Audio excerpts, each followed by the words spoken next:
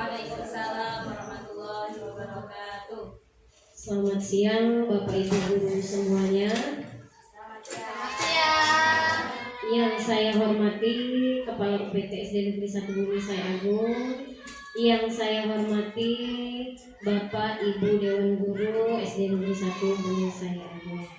Pertama-tama marilah kita panjatkan rasa syukur kita kehadirat Allah Subhanahu wa taala, yang mana pada siang hari ini kita masih diberikan kesehatan sehingga kita dapat berkumpul di ruangan ini dalam keadaan sehat walafiat, tiada kekurangan suatu apapun.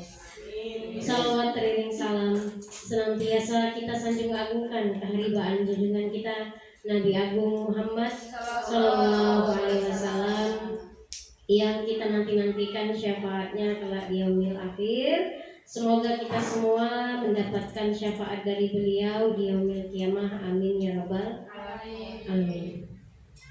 Nah, maksud dan tujuan saya dengan Bu Nida mengumpulkan Bapak Ibu semua di sini adalah untuk memberikan menambah wawasan kepada Bapak Ibu guru. Kemudian kita belajar bersama. Mungkin nanti ada Bapak Ibu yang tidak tahu, kemudian jadi tahu. Di sini kita intinya belajar bersama ya Bapak Ibu ya. Kemudian saya dan Bu Anida mengucapkan ribuan terima kasih kepada Bapak Ibu semuanya sudah mau meluangkan waktunya dalam kegiatan kami ini. Sekali lagi kami ucapkan terima kasih. Nanti di saat kegiatan ini kami ingin Bapak Ibu semuanya aktif ikut berpartisipasi, tidak hanya mendengarkan, tapi nanti ada sesi-sesi tanya jawab, speaking dan lain-lainnya. Untuk penyampaian materi ini yaitu tentang budaya positif yang mulai kita tanamkan di sekolah kita tercinta ini. Yang pastinya kita semua sebagai guru menginginkan sekolahan kita ini menjadi sekolahan yang baik, sekolah yang nyaman dan aman untuk murid-murid kita semua, untuk semua warga sekolah.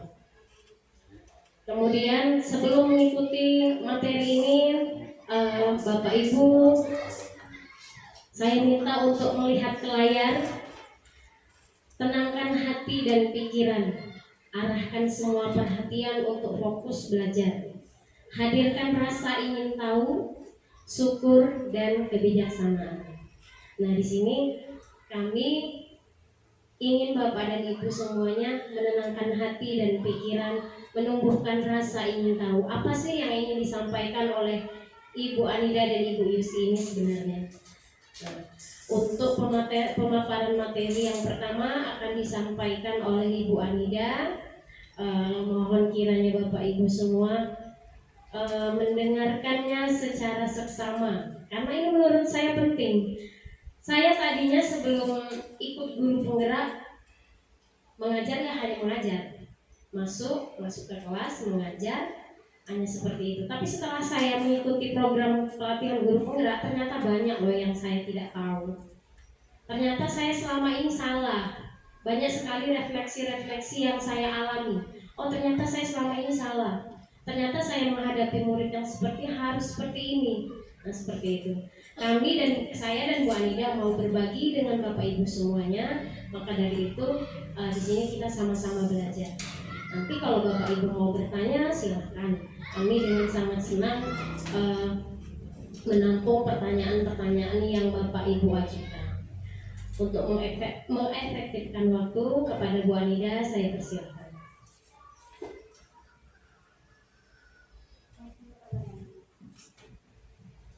Terima kasih Ibu Yusi. Saya buka dengan pantun. Ya. Pergi ke pasar membeli batik, tidak lupa membeli durian. Bapak Ibu guru rekan sejawat yang tampan dan cantik, bagaimana kabar teman-teman semua? Baik. Alhamdulillah, luar biasa. Allahu Akbar. Oke. Ada yang mengoreksi pantun saya? Salah Bu. Tetap gak nyambung. nyambung. Masih ada sambung-sambungannya, cantik, beli tadi. Yang belakang. Iya. Oke, Bapak Ibu, walaupun siang semakin semangat. Setuju? Setuju. Semakin siang semakin mengobar. Setuju? Setuju. Sudah disiapkan makanan, sudah disiapkan cemilan dan es. Ya harus semangat, tambah semangat kita ya. Oke Bapak Ibu, jadi sebenarnya kita ini sedang melakukan refleksi bersama. Apakah yang kita lakukan selama ini? Ada guru senior, Buko mohon izin, puluhan tahun mengajar, saya di depan bukan sebagai yang terpintar, tapi kita sama-sama merefleksi diri kita. Teman-teman, ada yang lebih lama ngajarnya dari saya, Pak Ruri, mohon izin, Bu Neni, Bu Jun, teman sejawat, dan dua adik saya, kita bisa berbagi wawasan bersama-sama. Ada pertanyaan pemantik di depan. Coba kita renungkan jawabannya bersama-sama. 1. Mohon dibacakan kok dan berikan jawabannya. Hukuman dapat mendisiplinkan anak. Tidak setuju. Tidak setuju. Alasannya? Enggak tahu. Alasannya apa, Buko? Karena hukuman belum tentu mendisiplinkan anak. Bisa-bisa anak tambah minder. Kasih tepuk tangan teman-teman. Dari jawaban Hukom Siatun sudah merangkum materi hari ini sebenarnya. Kalau pemikiran kita sama dengan Hukom, maka sepakat tentang materi budaya positif, selesai, kita satu pemikiran. Mau dilanjutkan? Iya, lanjut. Ada yang tidak setuju dengan Hukom bahwa hukuman itu tidak mendisiplinkan anak. Setuju ya?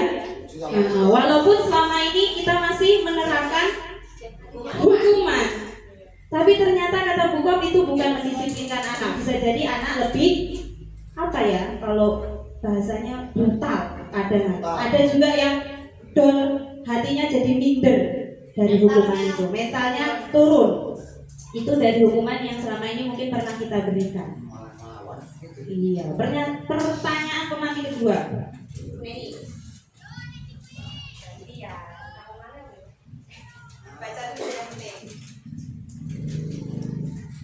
Yang kedua, pemberian hukuman dengan hal positif seperti membaca atau membersihkan halaman sekolah dapat meningkatkan disiplin anak.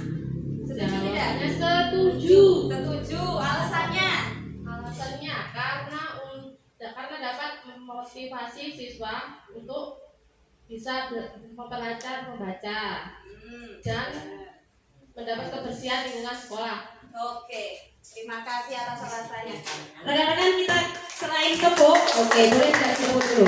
Kita boleh kalau di kelas itu selain tepuk bisa diajarkan ke anak-anak kasih jempol, ya. Tepuk jempol, jempol kanan, jempol kiri, bagus. Ya coba tepuk jempol, jempol kanan, jempol kiri, bagus. Luar biasa Bu Neni jawabannya, mantap. Ini bisa loh Bu dijadikan cara untuk mendisiplinkan, bukan cuma mendisiplinkan, bisa memotivasi anak untuk bisa lebih lancar membaca. Terus kalau disuruh membersihkan sampah, lingkungannya jadi bersih. Ada hal positif yang diambil ketika kita menerapkan konsekuensi nomor 2. Ada betulnya ternyata, dan pernah juga kita lakukan. Sering bahkan kita lakukan. Itu tadi karena kita ingin menimbulkan motivasi bagi anak. Yang terakhir, Jun, yuk tunjukkan aksimu.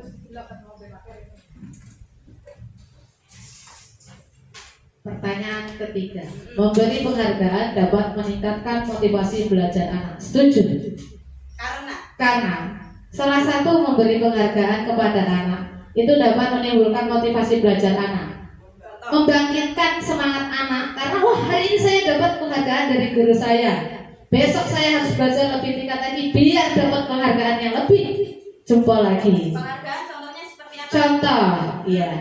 Anak-anak mengikuti belajar matematika. Hari ini mereka mendapat nilai 100. Good. Bagi yang dapat 100 dari saya mendapat tambahan skor nilai. Oke, iya. Selain itu, kita bisa menjadi cendol katanya. Iya, dapat cendol. Bisa dikasih cendol. Iya, besok dapat lagi makanan lagi ya. Contoh udah kita praktekkan. Iya, itu salah satunya. Besoknya saya semangat Bu, saya mau ikut lagi. Iya, kuisnya. Jadi anak-anak lebih meningkat lagi, membara lagi semangatnya. Baik. Tanggung jawab. Jempol kanan, jempol kiri.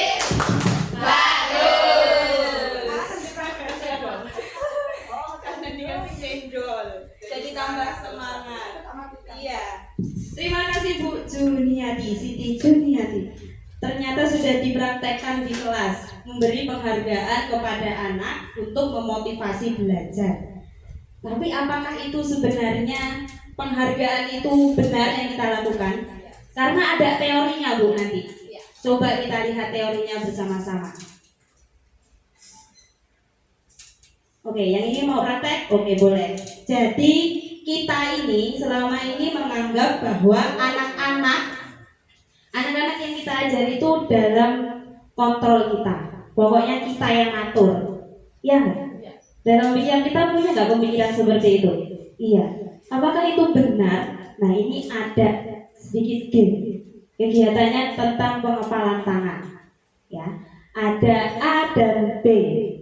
A itu Anda, kita masing-masing, dan B itu teman kita. Kemudian, sobeklah secari kertas kecil, tuliskan benda atau sesuatu yang berharga untuk Anda. Oke, saya kasih kertas. Silahkan ditulis apa saja. Boleh benda, boleh orang, sesuatu yang menurut Anda berharga.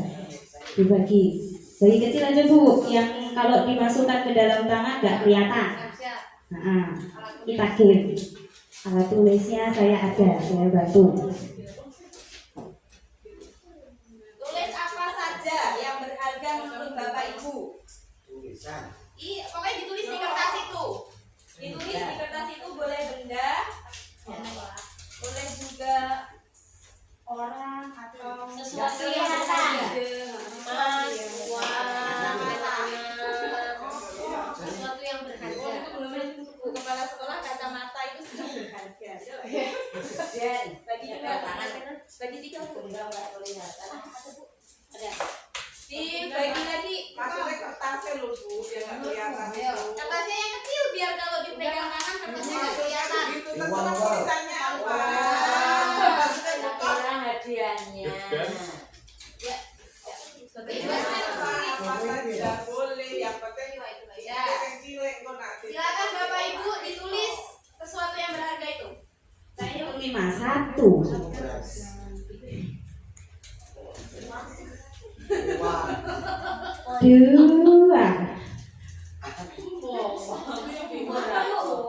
Tiga. Tiga setengah. Apa saja yang berharga, masa nggak punya kan pasti punya. Orang boleh ya Bu ya? Boleh. 4 kalau sudah dipegang di kepal di tangannya masing-masing. Kepal. 4 setengah.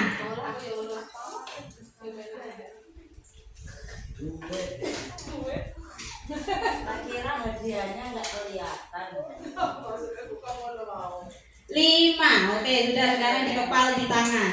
Oke, genggam kertas tersebut dengan semua kekuatan yang ada pada diri Bapak Ibu semua. Jangan sampai lepas. Jaga baik-baik hal yang berharga itu ya. Kemudian teman Anda, oke, sekarang yang pegang tangan kanan atau tangan kiri Bu? Tangan kanan. Oke, tangan kanan. Ya, yang pegang tangan kanan. Sekarang berhadap-hadapan dengan teman sejawat. Oke.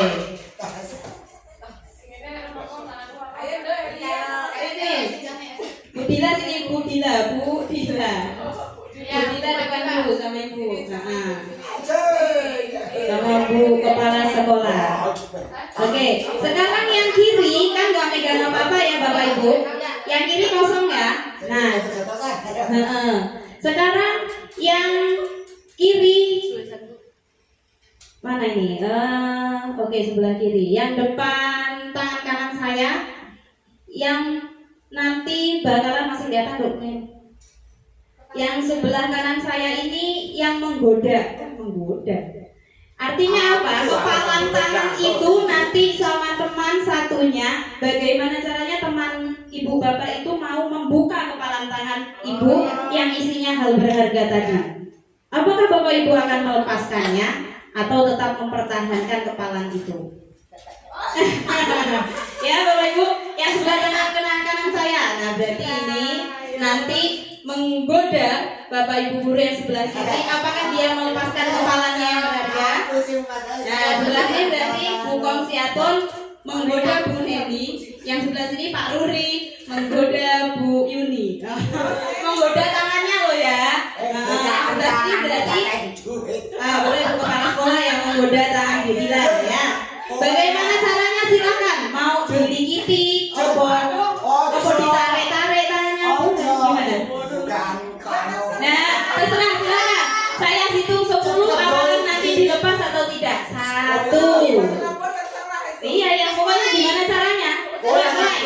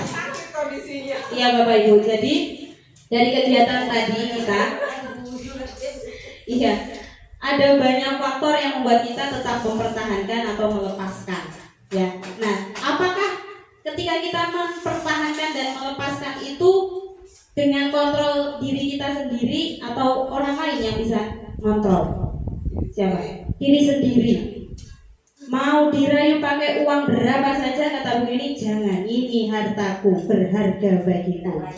Nah, Bu Neni ternyata dapat rayuannya, kena deh rayuannya. Nah itu juga termasuk kontrol dari dalam diri Bu Neni. Walaupun melepaskan, ya itu Bu Neni yang ingin melepaskan. Begitu. Ya itu tadi, selain dapat gangguan dari luar juga, tapi kata Bu Neni, ya sudah saya lepaskan ya. Itu Bu Neni lakukan dengan kesadaran diri Bu Neni sendiri. Jadi sebenarnya siapa yang mengontrol diri anak-anak di kelas itu, Bu? Apakah anak-anak atau gurunya? Sendiri anak-anak. Anak-anak itu sendiri. Nah ini dia, Bu, perubahan yang harus kita paradigma yang harus kita ubah dalam benak kita. Kita belajar sama-sama.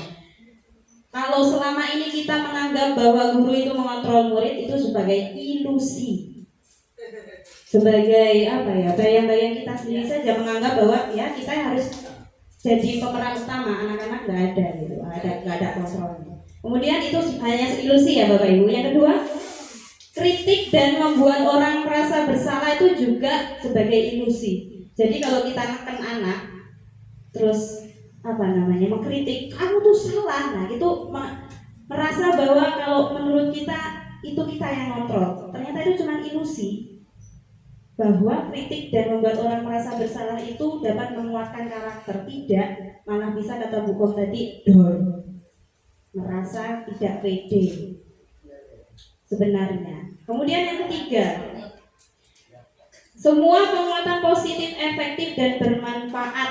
Nah itu tadi jawabannya Bu Jun. Ternyata penguatan positif yang diberikan seperti penghargaan itu juga ternyata sebuah ilusi, Bu. Sebenarnya bukan selalu tentang penghargaan itu yang bisa menimbulkan penguatan positif yang efektif. Kemudian yang terakhir, ilusi bahwa orang dewasa memiliki hak untuk memaksa. Nah, ini yang sering kita lakukan. Karena kita menganggap lebih dari anak-anak, saya gurunya, saya yang paling tahu, maka saya yang berhak kontrol anak-anak. Tidak. Nah, siapa sesungguhnya yang memiliki kontrol itu? Teori kontrol atau pilihan. Ada stimulus respons sebelah kiri dan teori kontrol atau teori pilihan ada di sebelah kanan. Kita mencoba mengubah orang agar berpandangan sama dengan kita. Kemudian yang benar itu apa? Kita berusaha memahami pandangan yang lain tentang dunia. Jadi kita terbuka, mindset kita open, ya, terbuka bahwa anak-anak itu juga punya pendapat. Anak-anak itu juga nggak selalu yang salah. Kadang kita malu untuk mengakui kalau gurunya salah. Iya nggak Ibu? Pernah nggak kayak gitu? Kita melakukan kesalahan, tapi kita malu di depan anak-anak mengakui bahwa oh gurunya yang salah. Nah, itu kita introspeksi sama-sama, kita refleksi sama-sama. Ternyata kita pernah seperti itu. Dan itu yang satu itu, kita berpandangan bahwa anak kita itu nggak tahu apa-apa. Itu kita yang tahu semuanya. Terus Bu, langsung saja. Langsung ke 5 posisi kontrol aja Bu. Ini terus. Lagi. ini dulu. Apakah makna disiplin? Oh, oke.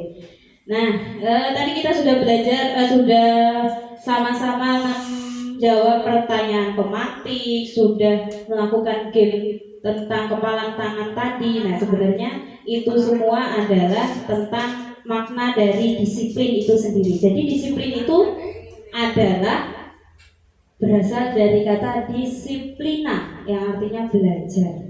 Disiplin sendiri itu artinya belajar ternyata. Apa yang dipelajari? Makna asal dari kata ini berkonotasi dengan disiplin diri dari murid-murid. Itu menurut Socrates dan Plato. Disiplin diri membuat orang menggali potensinya menuju sebuah tujuan apa yang dia hargai. Seperti tadi yang kita kepal dalam tangan kita. Kalau kita mengontrol diri kita, itu tandanya kita sedang membangun, sedang belajar tentang kedisiplinan diri. Namun dalam budaya kita, makna kata disiplin telah berubah menjadi sesuatu yang dilakukan seseorang pada orang lain untuk mendapatkan kepatuhan. Setuju Bapak Ibu? Setuju?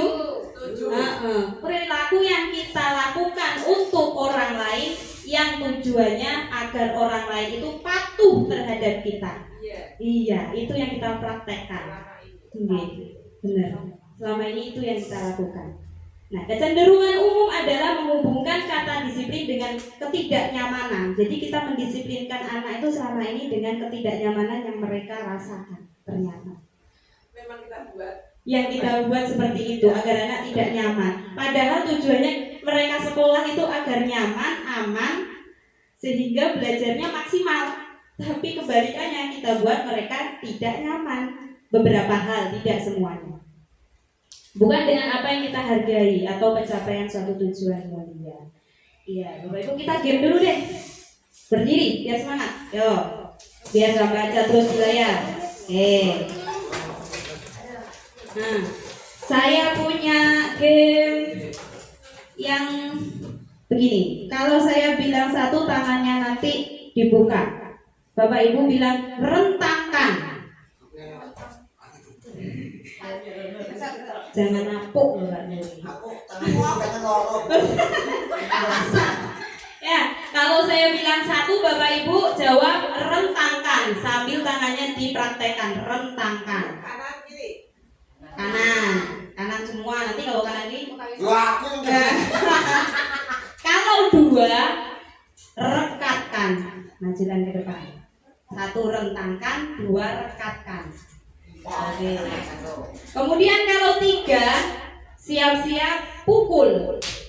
Siapa yang kena itu yang menang, yang mukul yang menang. Kalau yang Bu Yusi kena berarti Bu Yusi yang kalah. Nah, kita mulai dari sebelah kanan yang mukul ya. Tangan satunya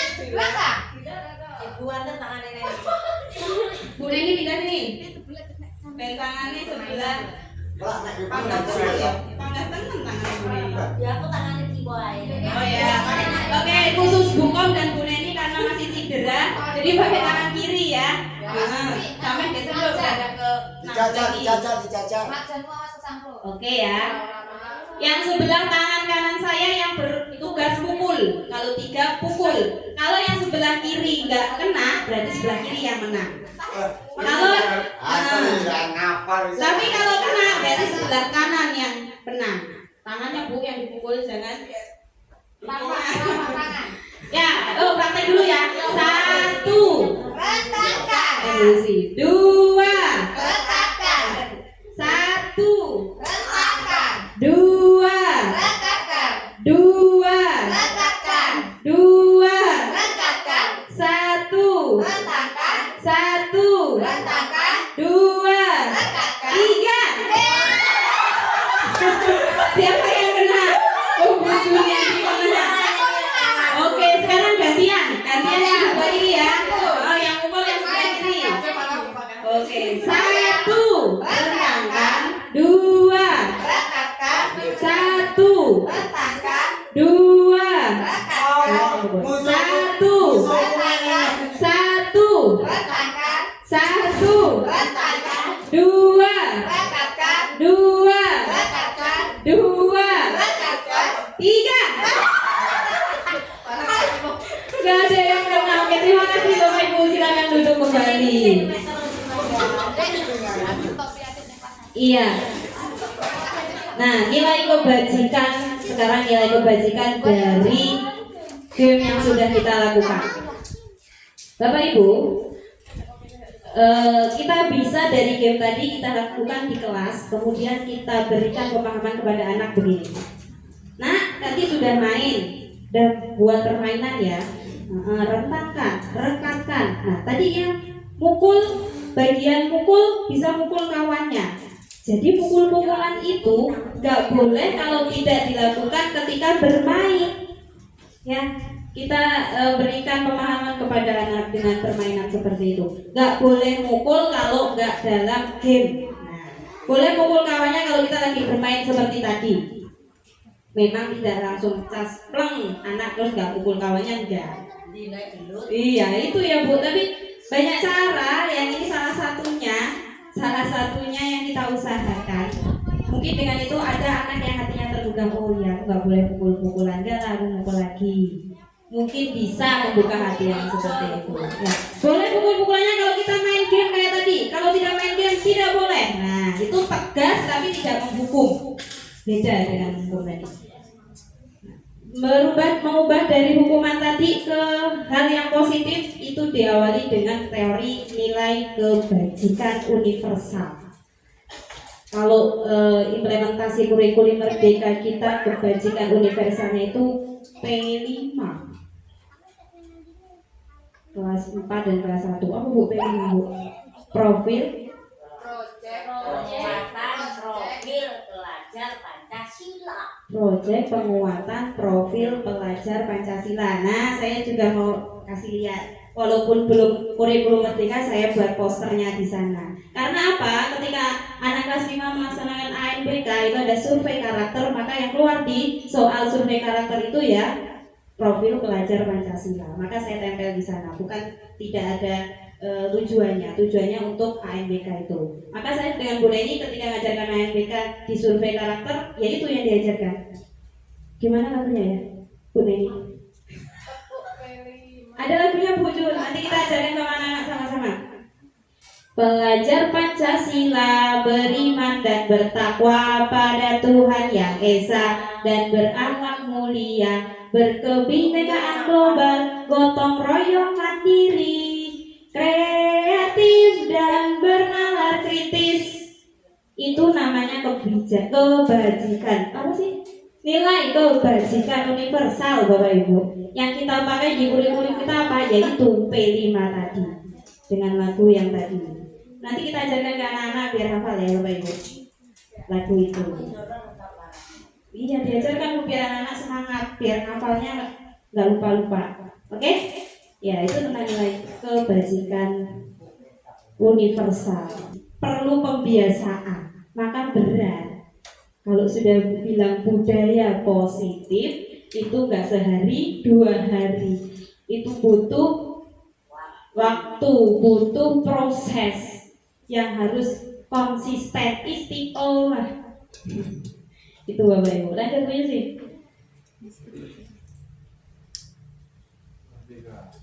Ini yang selama ini digaung-gaungkan. Merdeka ini oleh ngopo wae kalau kata Buko. Mau belajar sambil berdosor, belajar sambil di atas kursi, ya itu merdeka. Ternyata kalau kata Pak KHD, merdeka itu artinya tidak hanya terlepas dari perintah, tetapi juga cakap membuat memerintah diri sendiri. Jadi bukan lagi harapannya merdeka itu bukan lagi diperintah guru, tapi motivasi dalam diri anak untuk melakukannya sendiri. Nah, anak sekarang susah kalau disuruh begitu.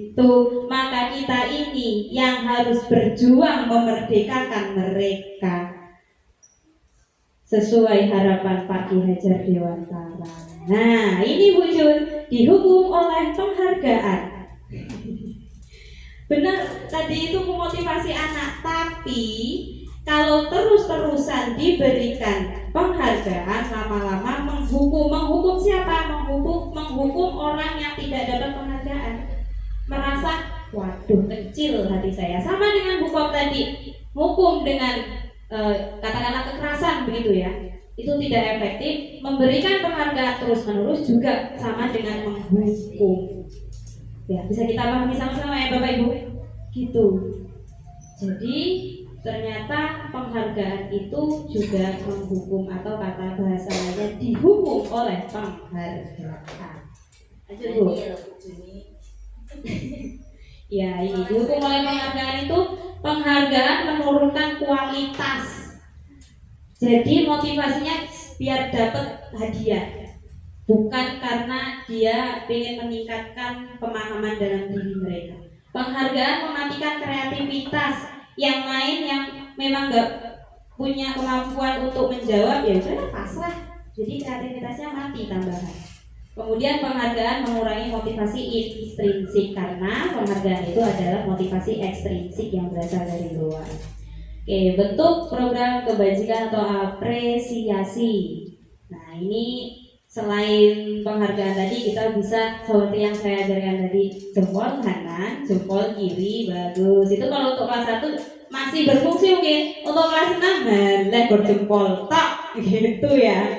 Ini ya, beri dukungan secara khusus. Pribadi dipanggil, kalau yang kurang belajarnya ya diberikan tambahan, penguatan. Itu butuh perjuangan dari kita Bapak Ibu. Memang. Beri penguatan kepada semua murid bergantian, jadi mereka merasa adil. Beri pengakuan secara konsisten dan fokus pada prosesnya, bukan hanya hasil. Oke. Boleh bergantian dengan Bu Yusi menyampaikan. Tambah game lagi Bu biar semangat.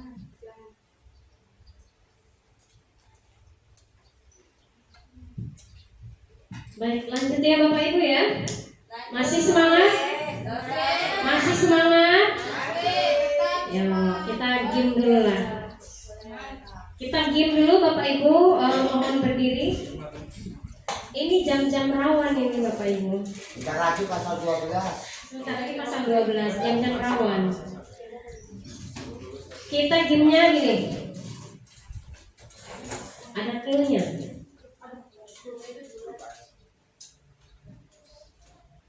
Clue-nya awalan adalah akhir. Mungkin udah tahu? Belum. Awalan adalah akhir. Kita sepakati dulu mau nama hewan atau nama tumbuhan. Nama hewan aja ya. Pilihan tapi ibu yang menentunya boleh hewan. Nama hewan misalnya Bu Ju bilang ayam, akhirannya M. Nanti Bu Ju langsung tunjuk siapa temennya yang langsung akan menjawab. Mengawali di awal. Jadi ya, yuk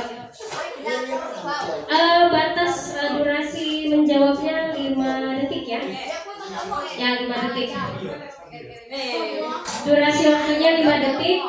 Kalau misalnya 5 detik apa 10 detik? 5 detik.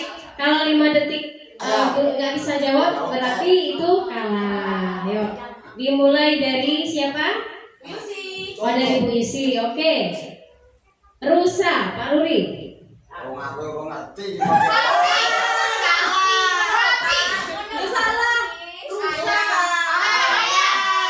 Ya, ulangi. Enggak masukku kuwi mau ya. Oh, akhir awal ku. Rusa belakangnya kan A Pak Ruri. Iya. Jadi awalannya A. Yuk, ulang. Enggak nyambung misalnya A kita terus anjing gitu, enggak. Ya. Ya, akhirnya G. Sebutin nama hewannya. Ayam. Saya cari Maksudku. huruf A. Banyak G. Artinya rusa gitu terus anjing gitu. Ya, Praktek dulu. ya latihan.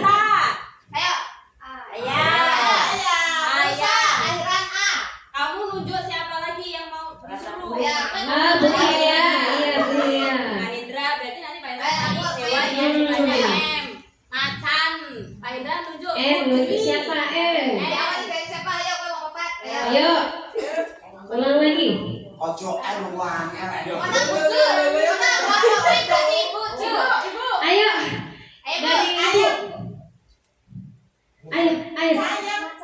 Macan betul. M Bu. Macan. Ayo Bu. Naga.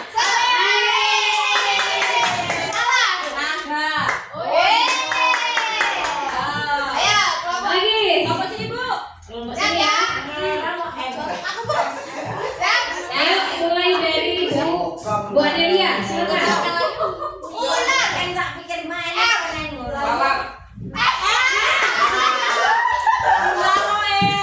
Rusa. Rusa. Ayo berarti ini Bapak Ibu.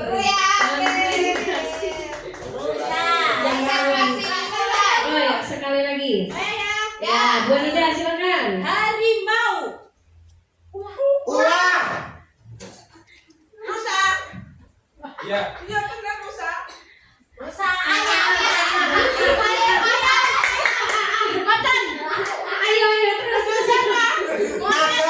terus. Naga. Monyet kamu lupa nama apa?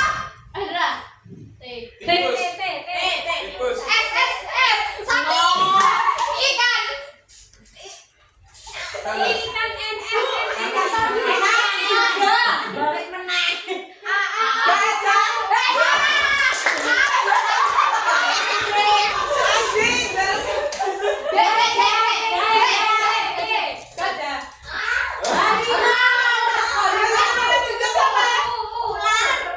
Rusa.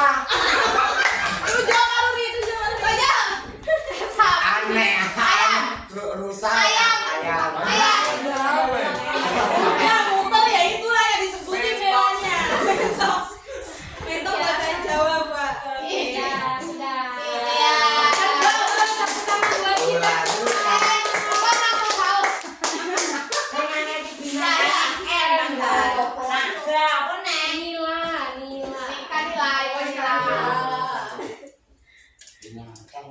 Ya itulah tadi Bapak Ibu sekedar ice breaking, penyegaran supaya kita nggak ngantuk dan kembali konsentrasi. Mas Hendra, sasar dulu.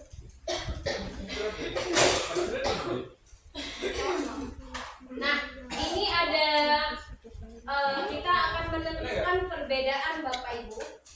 Di sini ada beberapa contoh.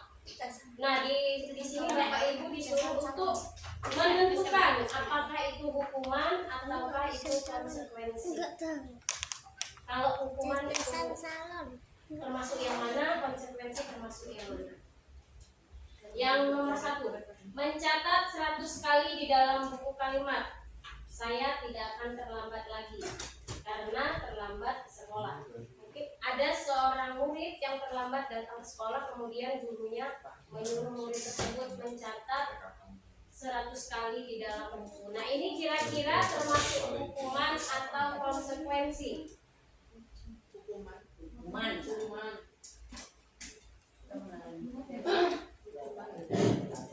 termasuk hukuman atau konsekuensi?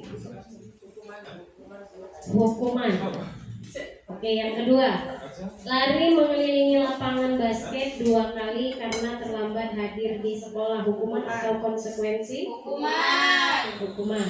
Kemudian murid diminta untuk push up 15 kali karena tidak menggunakan masker ke sekolah. Hukuman atau konsekuensi? Hukuman.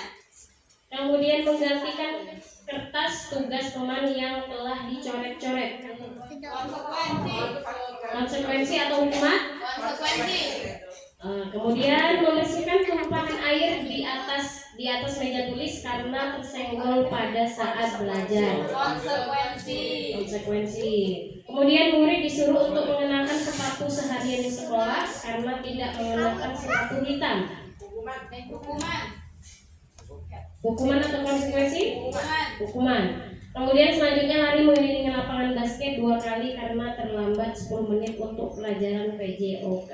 Hukuman atau konsekuensi? Konsekuensi. Kita lihat jawabannya di bawah. Nah, ini dia Bapak Ibu. Jadi ada yang dinamakan hukuman, kemudian ada yang dinamakan konsekuensi. Kalau yang mencatat 100 kali di dalam buku itu termasuk hukuman. Iya. Hukuman itu seperti akhirnya nanti tidak ada sesuatu hal positif yang bisa diambil. Seperti itu. Kalau konsekuensi ya konsekuensi yang memang harus dia lakukan karena dia sudah atas kesalahannya itu. Contohnya lari mengelilingi lapangan basket 2 kali karena terlambat 10 menit untuk pelajaran PJOK. Jadi ada kaitannya.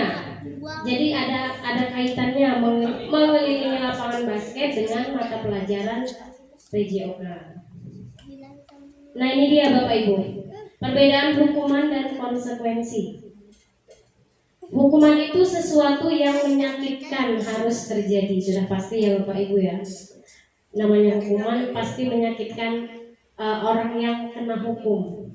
Kemudian kalau konsekuensi sesuatu yang harus terjadi. Hukuman itu membuat anak sakit baik fisiknya maupun hatinya untuk jangka waktu yang lama. Mungkin Bapak Ibu di sini dulu pernah punya pengalaman waktu sekolah masih SD, pernah dipukul gurunya atau pernah disantukkan ke papan tulis. Nah, itu sampai sekarang masih terngiang, masih teringat di kepala kita, betul? Tuh. Kemudian hukuman itu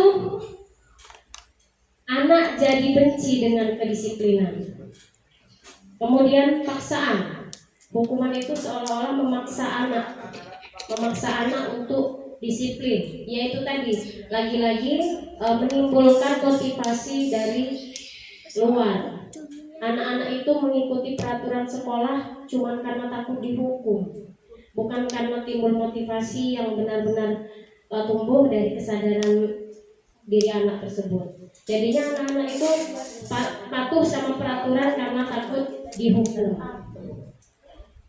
Kemudian mendorong anak menyakiti dirinya sendiri. Konsep diri yang buruk, anak belajar untuk menyembunyikan kesalahan, marah, merasa bersalah, merasa dipermalukan, kemudian merasa tak dihargai. Contohnya kalau anak-anak di kelas kita ada yang melakukan kesalahan kemudian kita hukum, dia merasa malu, itu pasti. Identitas gagal, sesuatu yang menyakitkan harus terjadi, yaitu hukuman ya. Kemudian identitas sukses, disiplin, konsekuensi, sesuatu yang harus terjadi, restitusi merupakan pilihan. Next Bu Anida. Nah, restitusi, apa itu restitusi? Sebenarnya ketika anak melakukan kesalahan bukan hukuman yang kita berikan, tetapi kita melakukan restitusi. Apa itu restitusi? Proses menciptakan kondisi bagi murid untuk memperbaiki kesalahan mereka, sehingga mereka bisa kembali kepada kelompok mereka dengan karakter yang lebih kuat. Restitusi juga merupakan proses kolaboratif yang mengajarkan murid untuk mencari solusi atas masalah mereka dan membantu murid berpikir tentang orang seperti apa yang ingin mereka jadikan, yang mereka inginkan mereka itu seperti apa, dan bagaimana mereka harus memperlakukan orang lain. Jadi restitusi itu ketika anak melakukan kesalahan bukan hanya hukuman yang kita kasih, tapi kita menyadarkan anak tersebut apa sih yang harus dia perbaiki atas kesalahan dia tersebut. Nah, restitusi itu seperti itu.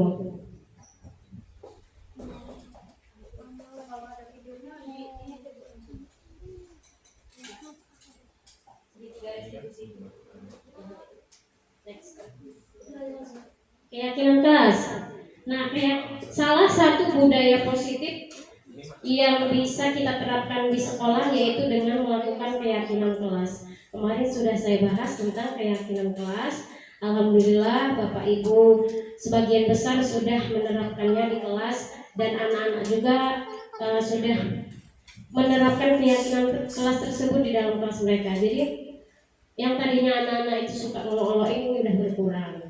Kemudian mereka merasa kalau mau berbuat kesalahan, mereka jadi merasa, oh iya, saya kan sudah buat keyakinan kelas kemarin. Nah, jadi kayak ada kontrol dalam diri anak itu tidak mau melakukan sesuatu yang menyakiti orang lain.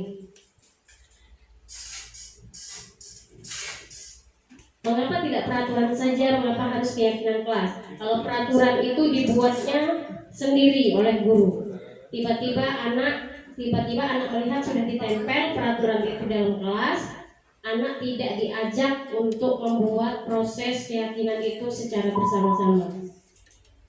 Kalau keyakinan kelas itu membuat peraturannya itu disepakati bersama-sama oleh anak-anak dan guru. Nah, jadi anak-anak itu merasa bertanggung jawab atas kesepakatan yang sudah mereka tetapkan bersama-sama di dalam kelas. Yang kemarin sudah saya bahas ya Bapak Ibu ya, keyakinan kelas.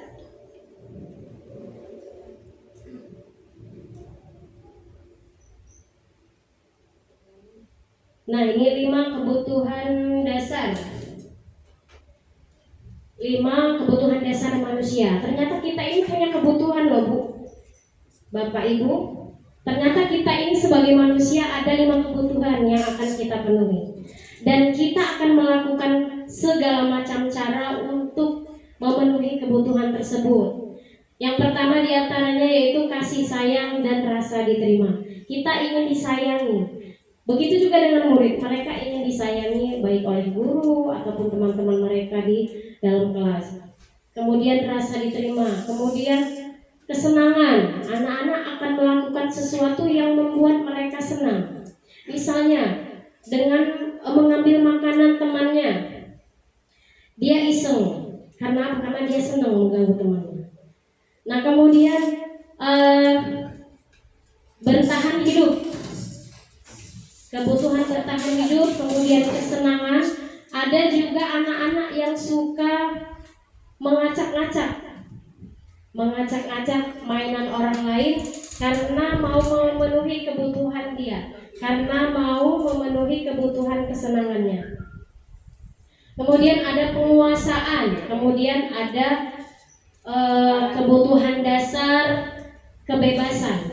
Anak-anak itu terkadang tidak mau diatur, dia mau bebas. Nah, itulah sebenarnya kebutuhan dasar yang sedang ia penuhi.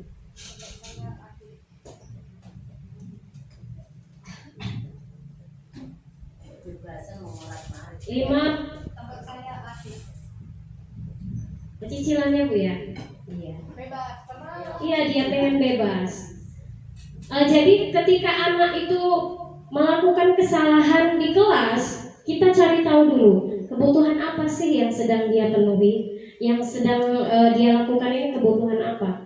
Nah, misalnya kayak anak kelas 1 ya Bu ya, sama-sama bawa bontrot, ada yang nggak bawa bontrot. Yang nggak bawa bontrot ini mengambil makanan temannya yang membawa bontrot, mungkin karena dia lapar dan tidak dikasih uang jajan. Nah, Ibu sebagai guru jangan langsung marah. Kita cari tahu dulu apa sih kebutuhan yang sedang ia cari di dalam dirinya. Kebutuhannya yaitu tentang makanan, kebutuhan bertahan hidup karena dia lapar. Ini 5 posisi kontrol Bapak Ibu. 5 posisi kontrol kita sebagai guru. Ada yang sebagai penghukum, guru yang suka menghukum murid-muridnya. Kemudian pembuat rasa bersalah. Ada juga guru yang berposisi sebagai teman terhadap murid-muridnya. Ada juga guru yang berposisi sebagai pemantau, dan ada juga guru yang berposisi sebagai manajer. Kalau guru yang menghukum ini gimana sih ininya? Sikapnya itu sering menghardik, menunjuk-nunjuk, kemudian menyakiti dan menyindir murid. Kemudian perkataannya guru yang tipe penghukum ini kalau bicaranya, kalau kamu tidak melakukannya, awas ya. Awas ya. Nah, itu adalah perkataan dari tipe guru penghukum. Kemudian hasilnya anak tersebut akan memberontak, menyalahkan orang lain dan berbohong. Kemudian tipe guru pembuat orang merasa bersalah. Bahasa ininya melas lah ya Bu ya. Melas. Sikapnya yaitu berceramah dan mengatakan seharusnya kamu itu seperti ini. Apa kamu tidak kasihan dengan ibu? Nah seperti itu. Jadi membuat anak itu merasa bersalah atas kesalahan yang dia buat. Itu tipe guru pembuat orang merasa bersalah. Kemudian yang tipe guru sebagai teman, membuat alasan-alasan untuk muridnya. Sikapnya kemudian perkataannya, ayolah lakukan demi ibu. Kamu mau tidak mau, ingat ibu dulu pernah membantu kamu ya, sebagai teman. Kemudian posisi selanjutnya sebagai pemantau. Pemantau itu pengawas ya, mengawasi, menghitung dan mengukur. Biasanya biasanya guru yang seperti itu tuh mengait-ngaitkannya dengan peraturan yang ada. Kamu ingat kan peraturan sekolah kita apa? Ayo, kalau kamu berbuat salah seperti ini, apa hukumannya? Kalau pemantau itu tuh lebih mengawasi dengan peraturan-peraturan yang ada, kemudian diterapkan kepada murid. Nah, yang bagus itu posisi manajer. Posisi manajer dengan menerapkan segitiga restitusi, yaitu mengajukan pertanyaan-pertanyaan, kemudian apa yang diyakini, ya seperti itu. Next Bu Anida. Terus, nah ini dia segitiga restitusi materi terakhir kita.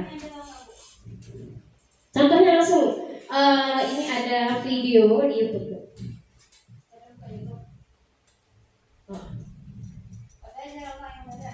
Belum di download.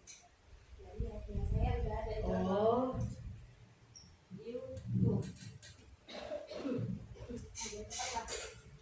Kalau nanti Bapak Ibu mau bertanya silahkan. Di sini kita sama-sama belajar loh Bapak Ibu.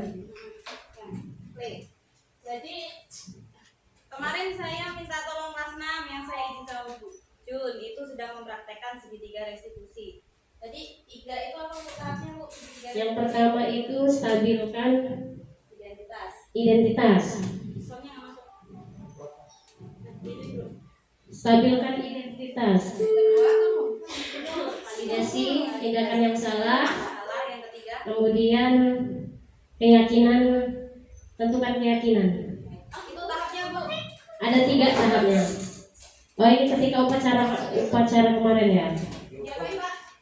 Udah. Oh gitu. Ya. Di situ digedein Pak. Kalian tidak membawa Biasanya kan seragam langsung menghukum kita. Enggak. Praktek. Jadi ditanyain dulu. harus seragam. Intinya membuat anak itu sadar akan kesalahannya. Menurutmu, bagaimana caranya agar kalian tidak lupa membawa seragam lengkap di hari Senin saat upacara? Sudah.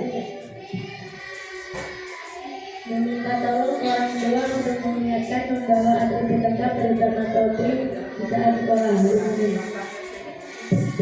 Selain orang tuamu, siapa yang bisa dimintai tolong?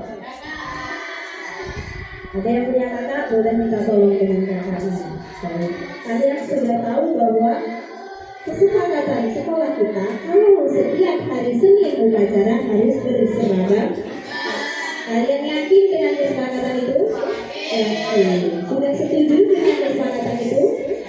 Setuju bahwa kita harus berseragam. Nah, kalau kesalahannya kalian lupa, kalian tadi bisa dengan ibu meminta tolong kepada orang yang ada di rumah untuk mengingatkan membawa seragam lengkap, terutama topi dan dasi. Baik ya, bisa dimengerti? Bisa diperbaiki? Minggu depan saya harap anak-anak lebih baik hari ini dengan membawa seragam lengkap. Terima kasih. Silakan kembali ke kelas masing-masing. Oke, sekian. Ya, ini contoh segitiga restitusi.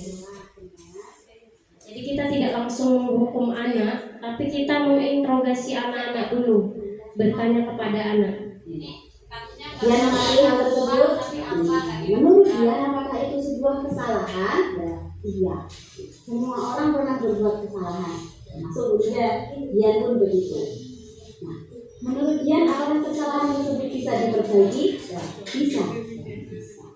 Nah, kenapa sih Dian tidak berangkat sekolah kok tidak mengirim surat? Kenapa? Tidak bisa membuat surat. Tidak bisa membuat surat. Karena apa yang dia butuhkan dari pejabat agar masalah itu bisa diperbaiki? Dia membutuhkan surat. Contoh suratnya agar dia bisa buat surat. Nah, kalau begitu saya pinjami ini surat punya kawan-kawan Dian yang pernah tidak masuk. Saya pinjami satu untuk Dian. Nanti mencontoh suratnya jika suatu hari tidak berangkat.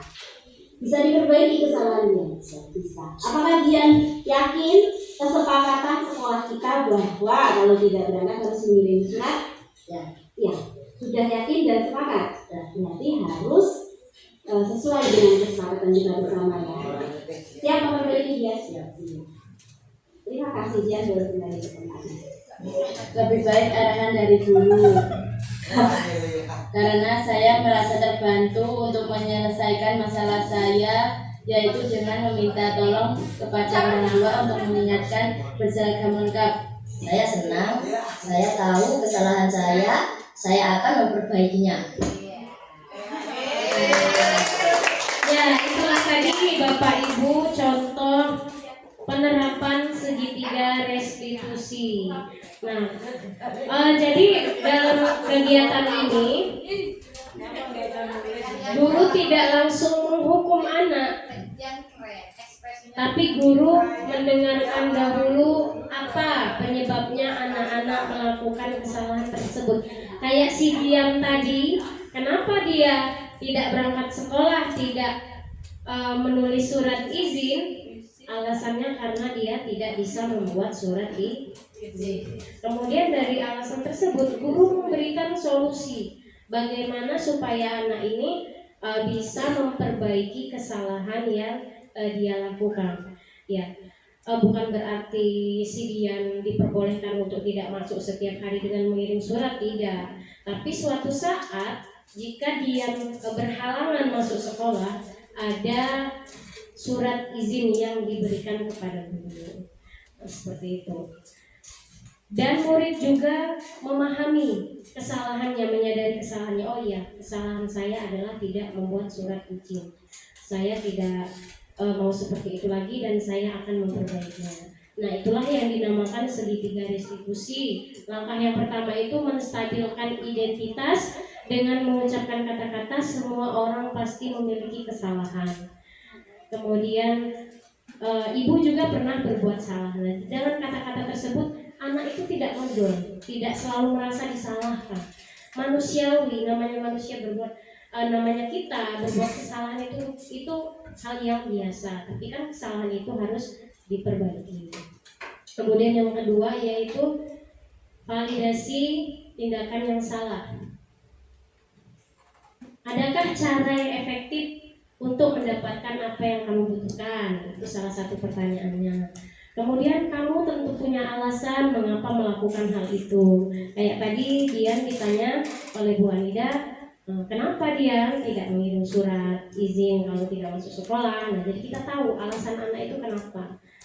Kemudian yang ketiga, menanyakan keyakinan dengan pertanyaan nilai-nilai apa yang telah kita sepakati di dalam kelas. Nah, jadi kita merangsang anak-anak itu untuk tahu apa sih keyakinan kesepakatan kelas yang sudah kita tentukan bersama-sama, yang sudah kita sepakati, yaitu dengan menulis surat izin jika tidak masuk sekolah. Terus, Wadida next. Udah ya? Selesai. Baik. Nah, itulah tadi Bapak Ibu semuanya. Sekali lagi saya ucapkan terima kasih banyak atas waktu dan semangatnya untuk menghadiri. Yang terakhir yaitu refleksi. Hal baru apa yang mengubah paradigma Anda? Hal baru apa? Ini saya bertanya dengan Bapak Ibu. Hal baru apa yang Ibu Bapak dapatkan hari ini dengan mengikuti kegiatan hari ini? Silakan kepada Ibu Juyati.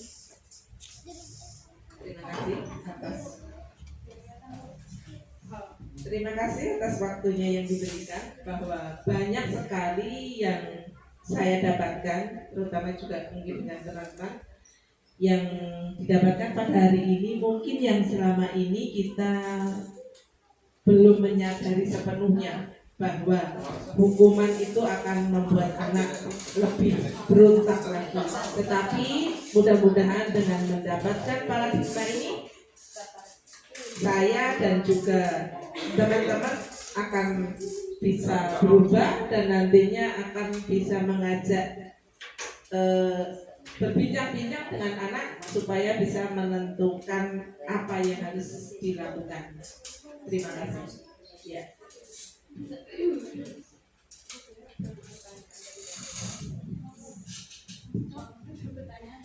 Yang kedua, perasaan apa yang muncul selama mengikuti sesi ini? Senang dan bahagia. Khususnya mengenai Ya, makna disiplin dan motivasi. Ya, silakan Pak Ruri dijawab. Dari guru tekan rasanya apa Ruri? Yang ditanyakan perasaan saya, bukan perasaan teman yang lainnya. Kalau perasaan saya senang dan bahagia. Alhamdulillah, nek senang iya itu senang. Karena Ya nggak bisa diungkapkan dengan kata-kata. Alhamdulillah dengan adanya kegiatan ini kita merasa senang.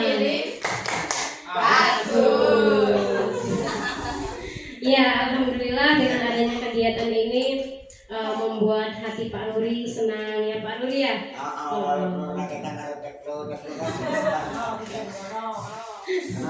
Lagi ya, ada pertanyaan yang sama, silakan Ibu Julianti dan Pak Indra. Pak Indra jawab Pak.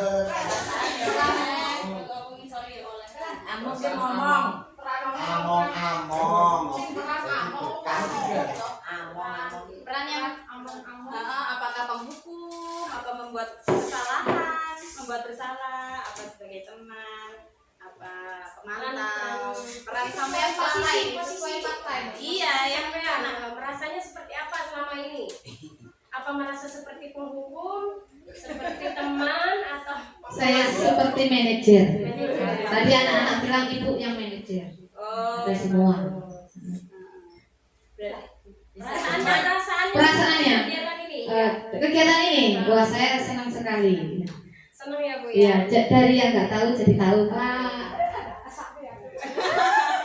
Pak Hendra. Ayo, kita kasih 4 jempol. Ayo, Pak Indra ngomong. Apa kau yang bilang? Enggak dengar. Ayo. Oh, dari Bu Yuni. Awak kabeh Apa ngomong. ini? Puas. Nah, toh rasanya piye? Saya akan menjadi Terima kamu kasih. yang antusias, bahagia, atau apa? Puas. Bu Yusi bukan media Bukan pemuas loh. pemuas. Bu Yuni, ayo Bu Yuni. Perasaan lo hari ini Jawaban di nomor papat kalau jawaban dari cewek nomor papat yang mulai jawaban. Ayo. Ayo. Saya apa perasaanmu hari ini mengikuti kegiatan kita? Nomor 4. Nomor papat yang akan menjadi. Terima kasih untuk motivasinya dan saya sangat senang dan bahagia. Nomor jempol. Jempol kanan. Jempol kiri. Bagus. Terima kasih. Butuh kopi loh. Lagi belum buka. Ya, silakan buka. Hukum. Testimoni. Dengan adanya Saksi nyata. Dengan adanya aksi nyata ini, saya sangat merasa puas dan bahagia karena setelah mempelajari ini saya bisa membedakan antara hukuman refleks restitusi. Mudah-mudahan saya bisa menjadi manajer yang baik.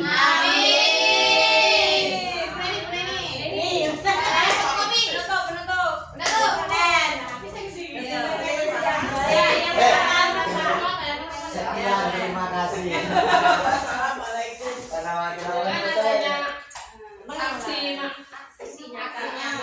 Aksi nyata ini saya ingin menjadi Seorang guru. among yang seperti manajer. Karena sebelumnya belum bisa menjadi guru yang Lebih baik lagi. mengajarkan anak-anak. Ya, luar biasa. Refleksi yang luar biasa itu kita semua boleh bisa membedakan antara hukuman Iya, alhamdulillah. Ya, alhamdulillah Bapak Ibu dengan adanya kegiatan ini sedikit banyaknya menambah pengetahuan kita semua, sedikit banyaknya menambah wawasan kita semua. Dan saya berserta Bu Anida berharap ketika nanti akan datang ada kegiatan lagi seperti ini, antusiasme Bapak Ibu yang seperti inilah yang sangat kami harapkan. Sekali lagi kami mengucapkan ribuan terima kasih kepada Bapak Ibu atas partisipasinya yang sangat antusias dalam mengikuti kegiatan aksi nyata kami ini. Selanjutnya sesi tanya jawab. Jika Bapak Ibu ada yang ingin bertanya, ada yang ingin menanggapi atau ada yang ingin menambahkan apa namanya? Memberikan nasihat misalnya kepada guru-guru yang lain boleh. Pokoknya di sini kita sama-sama belajar ya Bapak Ibu ya. Jika ada yang mau bertanya dipersilakan. Ya, Ibu Juliati, dipersilakan Bu. Terima kasih kepada CGP kami. Kami sangat berterima kasih dengan adanya guru-guru calon guru penggerak, mudah-mudahan bisa memberi motivasi kepada teman-teman semua dan ini bisa betul-betul bisa diterapkan di dalam sekolah kita. Kemudian saya beserta teman-teman sangat mendukung apapun itu kegiatannya, kami mendukung 100%. Kemudian dari beberapa paparan tadi ada yang ingin saya sampaikan. Yang pertama tentang kontrol diri pada anak. Nah, ini memang tidak mudah untuk bisa menanamkan kontrol diri pada anak. Kemudian bagaimana cara menanamkan kesadaran supaya anak itu mempunyai kontrol diri. Karena itu memang tidak semudah membalikkan telapak tangan. Kemudian nanti mudah-mudahan dengan seperti itu anak-anak teman-teman semua akan bisa menanamkan supaya anak-anak kita itu bisa mempunyai kontrol diri. Terima kasih. Baik, selanjutnya Bapak Ibu yang ingin bertanya, Ibu Juniati, dipersilakan.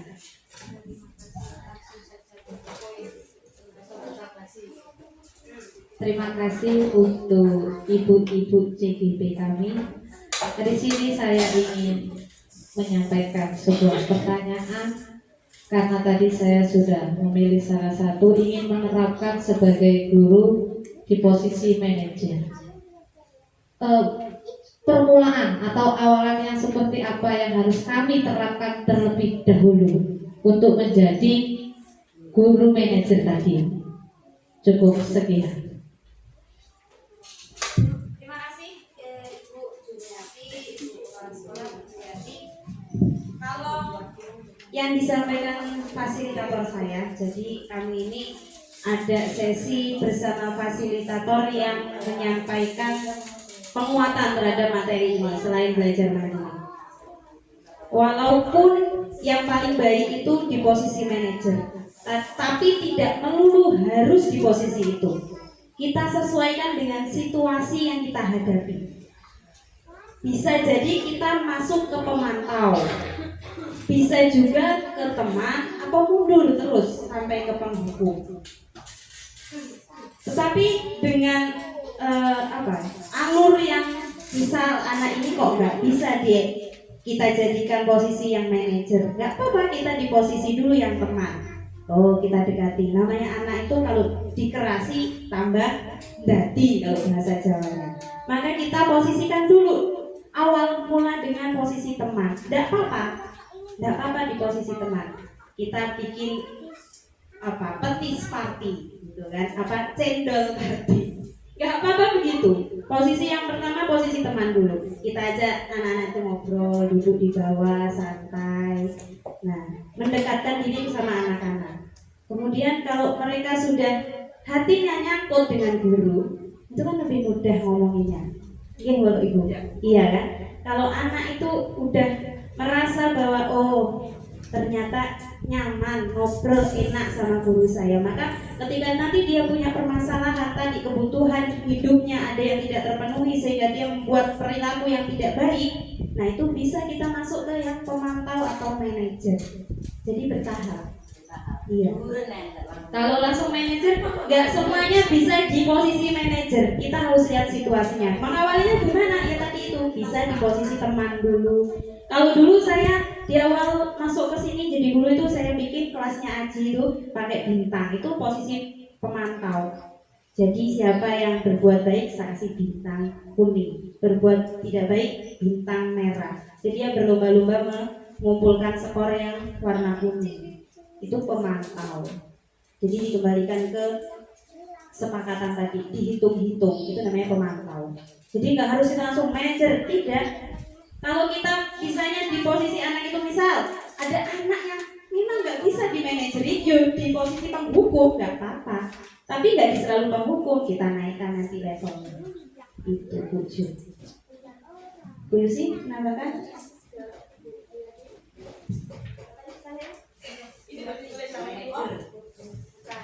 Menumbuhkan kontrol diri anak. Iya, cara kontrol diri. Kita aja yang dewasa kadang belum bisa mengontrol diri ya Bu Nida ya. Iya betul. Iya anak-anak.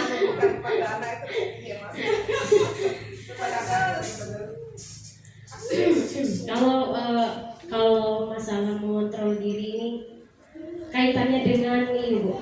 Kayak tadi kita menggenggam tangan. Hanya diri kita sendiri yang bisa mengontrolnya. Iya kan? Iya.